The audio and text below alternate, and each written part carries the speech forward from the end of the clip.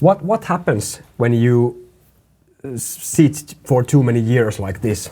Okay, well, it affects basically everything you do.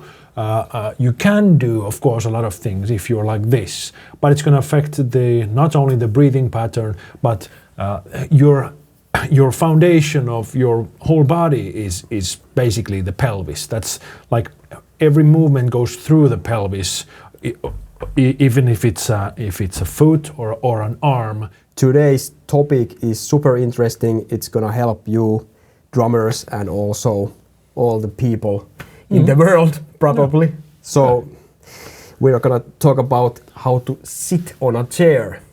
Sure. Woo! Yeah. Very minor topic. Yeah. The most common problem what I see drummers do, including me some years ago, but not hopefully not anymore, is that people are sitting on their tailbone. So basically when we are playing something or sitting on a chair, is that we are a little bit like in the Netflix mode, like this. And before we talk about how to sit on a chair, I think we should discuss about different chairs. Maybe somebody can disagree with me, but I think the modern day, the drum chairs won't probably support the idea we are gonna talk about today because they are too soft. So you cannot feel the sitting bones, or you cannot feel if you are leaning to your right or left or wherever. And this is the most important thing if you are using all of your limbs. It's really hard to play if you are, tilted here or something. You start to use your abs, and actually if you are leaning too much forward and you have to play with all of your limbs, it's almost impossible because you cannot do it. When you're hitting the drum head, bam, all of the drum set's components, or so to speak, are resonating together as a family, and that is something many drummers don't realize when they are pushing the beater into the head. And I know this doesn't affect any ticket sales if it's there or there. Of course, if your drum is tuned really high and it's open sounding drum, then it's ruined if you do this.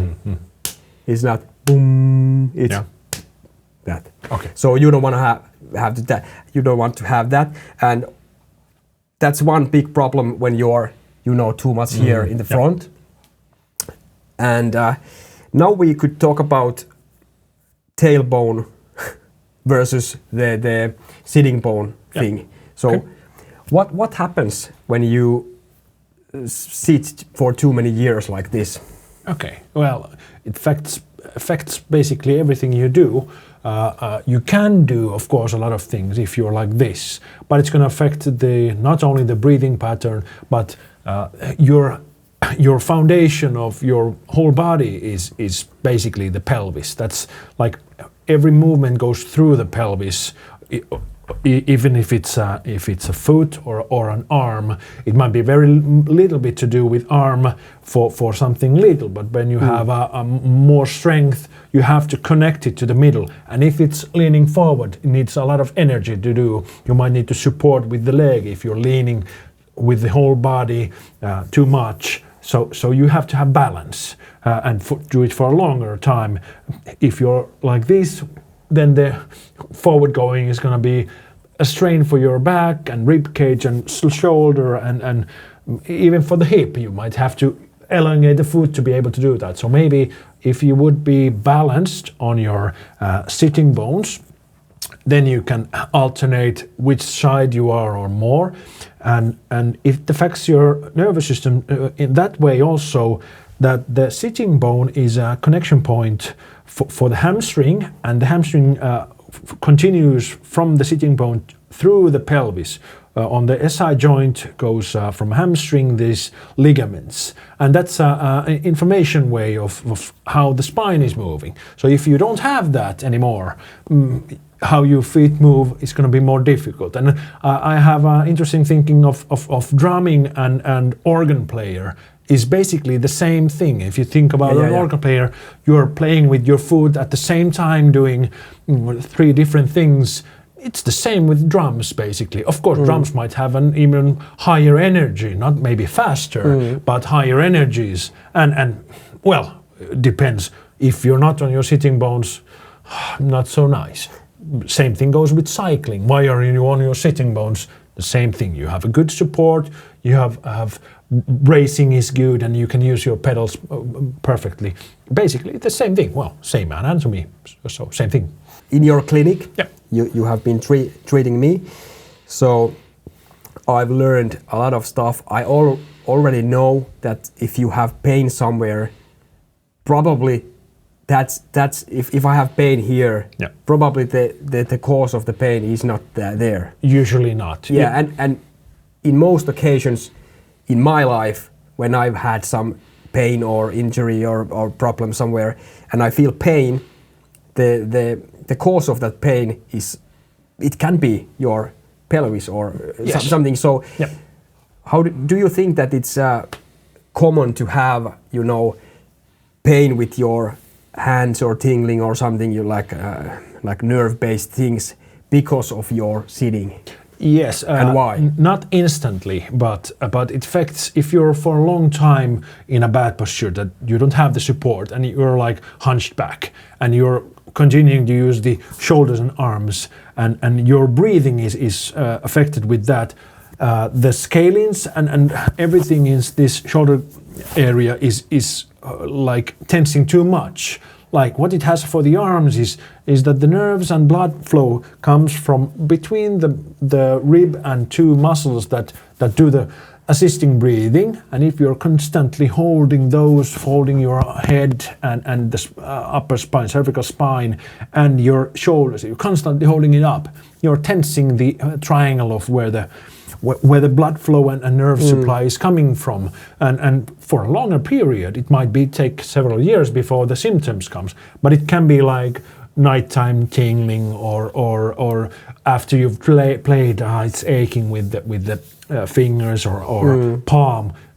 It might be very vague, something like, why is this happening? Or it might affect that because of this posture of you being like this for, I don't know, 7 years or something.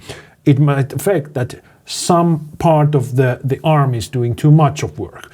Like these tennis elbow problems, there's usually nothing wrong here. Of course, then when the pain comes, then there is a problem already, but it's not caused by the elbow, it's caused by something else, either from wrist or shoulder or anything.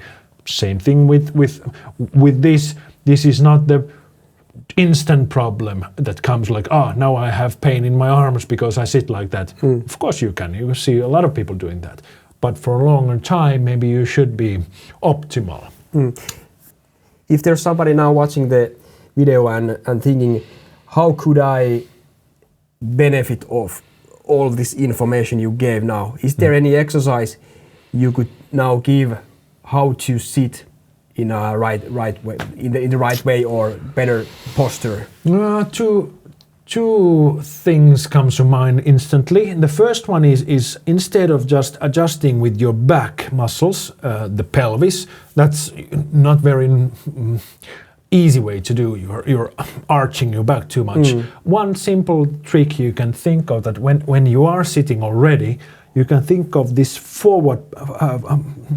The front part is like pulling your pelvis to its correct position. Okay. That you're feeling that not the thighs, but actually the flexors from the hips are gently pulling the pelvis so that you're on your sitting bones. And of course, it's easier if you have a harder surface. I don't mean like concrete, but something that you are firm.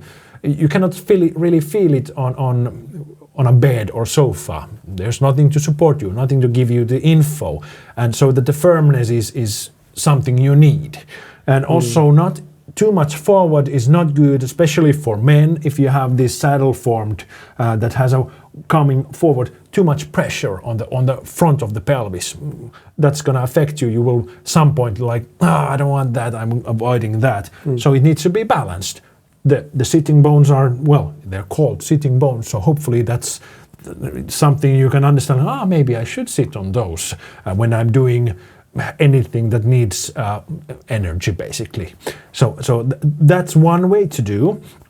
If you're not yet sitting, another thing, when you stand up, you can think of that your thighs are basically rotating outwards when you're coming up. Then your standing position is more natural. You can try it yourself. Or when you're sitting down, instead of just going limp down, I'm already hunched back. My pelvis is already rounded back. I'm on my tailbone now. But if I come down, when I'm sitting down, I'm thinking of gently thinking of internal rotation from my thighs or hips, not like fully, but just the image of I'm doing a little bit of inward rotation. That's a natural way of our hips and pelvis going in that neutral position. That's the way we do it when we have no problem. It should happen, and you can feel it. You can test it yourself. When you sit like that, down like that, you're on your sitting bones, like, yeah. And then you can even feel your pelvic floor, like, it's a little bit better supported. And it should be quite relaxed. Good posture, but relaxed. Nice. And those kind of things you can instantly try. Yeah. I've noticed also that if something feels right for you, it probably isn't. Sometimes it isn't, because what I mean, your body has somehow like compensated something. If you feel that let me give you an example. I went to this one clinic, and there was this person who taught me better posture, and she put me in this like perfect posture. Like, now she said, like, now you're sitting like you should. And probably I was. But I felt like, I'm not in my own body, But I definitely understand that, because if you have been sitting like this your entire life, this feels okay for you. And your body probably thinks that this is how Tuomas is sitting every day. But when you're making those, changes in your posture and where your head is, for example, it might feel like, I'm not, I'm not feeling this. This feels awkward at first. Yeah. So the correction of posturing, of course, brains are always constantly listening how our joints are. So if I'm every day like this, it gets accustomed to this. It will change other joints, that I can still have my horizontal plane horizontal plane, it's not tilted. So I'm adjusting every time. Now my brain is constantly focusing on how I am. So of course, if you've been for a long time, if you do this might feel tight because you haven't stretched them for a while. So it might take a while to be accustomed to it. Like, now I can be here, relax. It needs training a little bit. Usually you can help it so that you're telling the primitive brain, like, hey, we used to be like this. Can we relax those muscles and those joints that it works? And of course, everything needs time. And it's a long process to change something. So if somebody thinks, okay, this week I'm gonna change my posture, it's not gonna work. It's gonna gradually change. And when you do the corrective things, and if you find something is either hurting or feeling that it's not gonna align, even if you try for a week and it still feels the same, there might be something impairing you from doing that. For example, if you've been long here and you've used the right foot for a very long time, that side of pelvis might have rotated already because of excessive use of quadriceps and hip flexor. Okay, it might affect the pelvis, so the pelvis is already a little bit, one side is rotated more, or just tension there. It doesn't have to be that your joints are out of place. That doesn't happen. But if there's tension all the time, you've trained that for a long time.